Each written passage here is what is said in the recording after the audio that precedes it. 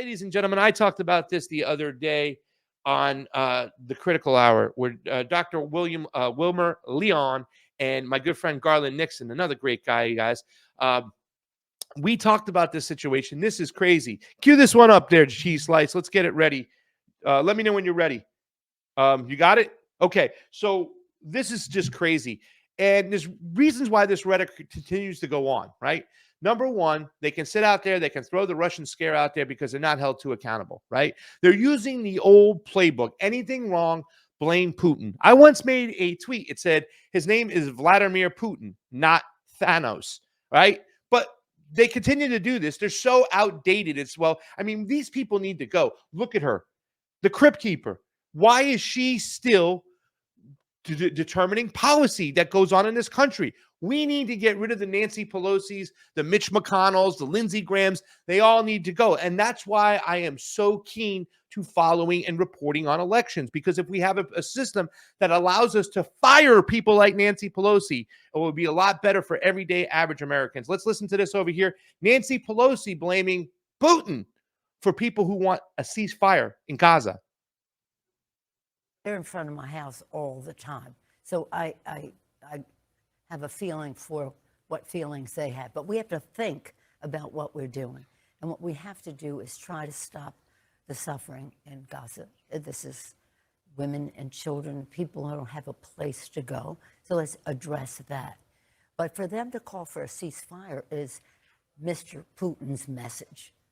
Mr. Putin's message. Make no mistake, this is directly connected to what he would like to see.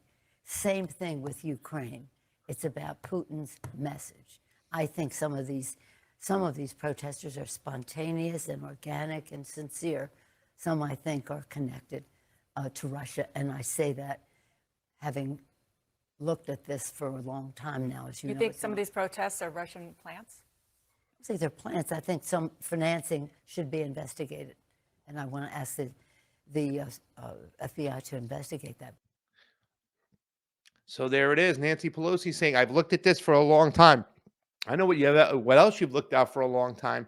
Your checkbook, your bank account, which has risen enormously due to insider trading, making money off war. You're a profiteer. Please. It's just ridiculous. And also to draw this line, I mean, she tries to throw out things that keep her safe. Like, oh, yeah, I believe some of it's genuine, but a lot of it is being funded. And I want the FBI to look at this. Ladies and gentlemen, this is why I consider myself a free speech absolutist and why I talk about it all the time. We must protect speech across the board. If I'm not inciting violence and telling people to go kill somebody, anything I say, as unpopular as it is, needs to be able to be seen and not deplatformed or demonetized, because that's what they're doing.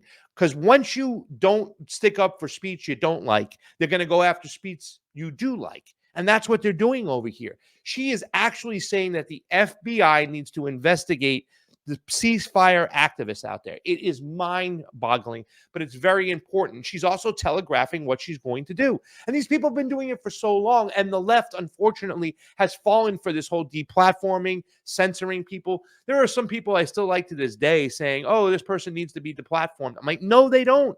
Because if they deplatform her, then they can deplatform you, especially when there's different people going in and out.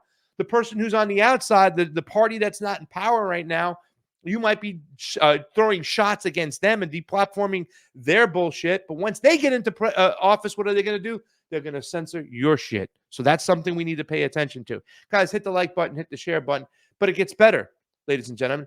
Not only is she there for making sure that you understand that this is the message of Putin, listen to what she says when she's heckled outside of her house. This is just mind-blowing, and it shows you that across the board, not just Republicans, but the establishment Democrats are anti-China. Jamie, you got it? Let it roll. Listen to this.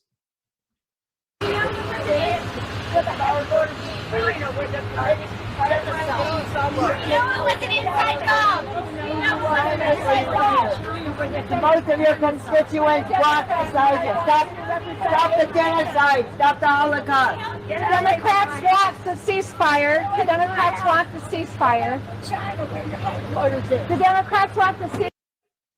Go back to China. Go, not for nothing. I didn't see the person behind the camera, but that person didn't sound Chinese. You know what I'm saying? I don't know. I mean, I don't want to say that this is racist and xenophobic and whatnot. This is more warmongering. This is crazy right here, ladies and gentlemen, but that's what it's all about. The establishment across the board is together when it comes to the foreign policy apparatus, the military industrial complex, and the warmongers of the world. That's where they make their profits. They don't care. Look how old she is, still in office. She's useless, but yet she gets to still stand up there because, once again, she keeps getting elected. You believe that? I don't know. That's up to you. You know, I think it was the DHS that said that our last election was the safest and most efficient election of our time. But, you know, there's a lot of people who question these warmongers that still seem to get reelected all the time. You do the math, ladies and gentlemen. Congress has a 20% approval rating, not even 18% approval rating, and that's up from a couple months ago. But yet the retention rate for the Congress is something like 86%.